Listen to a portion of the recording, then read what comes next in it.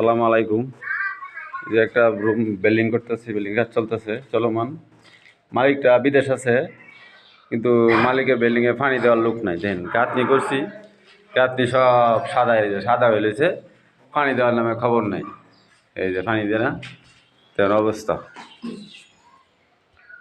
এই যে পানি দেয় না, এক ফুটা পানি দেয় না, এদের কী অবস্থা হয়েছে। এই গাঁথনিগুলো সমস্যা বিল্ডিংয়ের। আমাকে আমরা দতাতো না, মিস্ত্রিকে দতাতো না।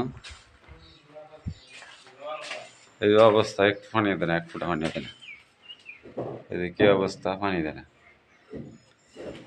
পানি না দেওয়ার কারণে ফাটতে দেবে গা।